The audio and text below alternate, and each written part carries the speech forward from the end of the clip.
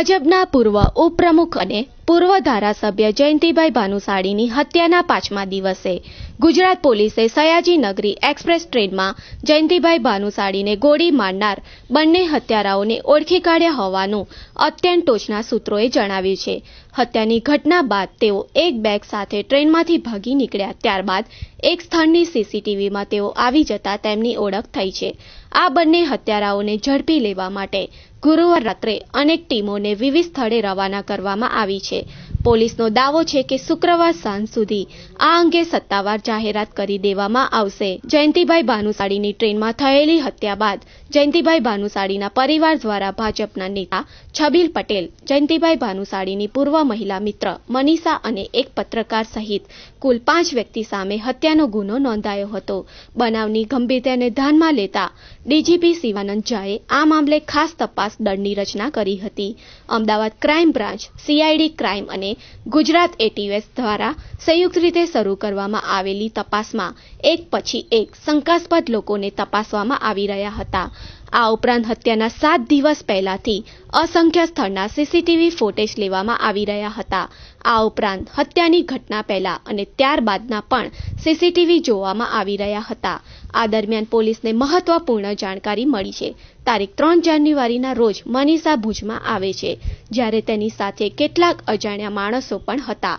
આ માણસો કોણ હતા અને શું કામ આવ્યા હતા તેની જાણકારી મળતી નથી. પરંતુ હત્યાના 2 દિવસ પહેલા મનીષા પોતાનો મોબાઈલ ફોન સ્વિચ ઓફ કરી ગાયબ થઈ જાય છે. આમ હત્યાના 48 કલાક પહેલા મનીષાનો ફોન બંધ થઈ જવો પોલીસ સૂચક માની રહી છે.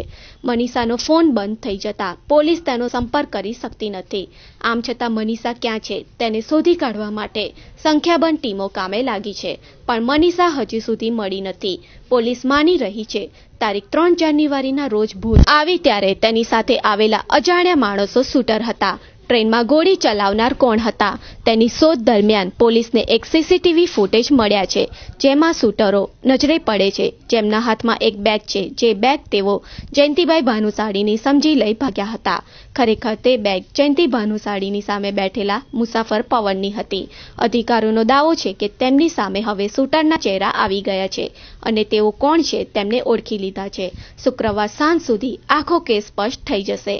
શૂટરો હત્યા બાદ ભાનુશાળીની એક ફોન લઈ ગયા છે અને જયંતિભાઈ ભાનુશાળીની બેગ સમજી સહપ્રવાસીની બેગ લઈ ગયા છે.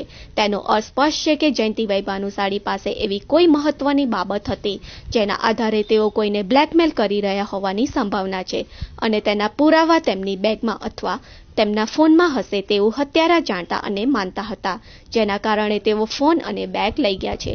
પોલીસનો દાવો છે કે આ હત્યાને અંજામ આપવામાં જયંતિ ભાનુશાળીની કોઈ નજીકની વ્યક્તિ પણ માહિતી આપવામાં મદદ કરી છે. જયંતિ ભાનુશાળી કઈ તારીખે અને કેવી રીતે મુસાફરી કરવાના છે તે માહિતી હત્યારા સુધી પહોંચી કેવી રીતે, આ ઉપરાંત તેઓ કયા કોચમાં કઈ સીટ ઉપર બેઠા છે તેની ચોક્કસ માહિતી પણ જયંતિ ભાનુશાળીની નજીકની વ્યક્તિએ જ પૂરી પાડી હોવી જોઈએ. હત્યારાઓએ જયંતિ ભાનુશાળીનો એક ચોક્કસ ફોન આંચકી લીધો છે.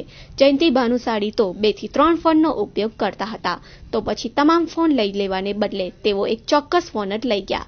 તેનો અર્થ નજીકની વ્યક્તિએ કયા ફોનમાં જયંતિ ભાનુશાળીએ પુરાવા રાખ્યા છે તેની માહિતી પણ હત્યારાને આપી હશે તેવું પોલીસ માની રહી છે.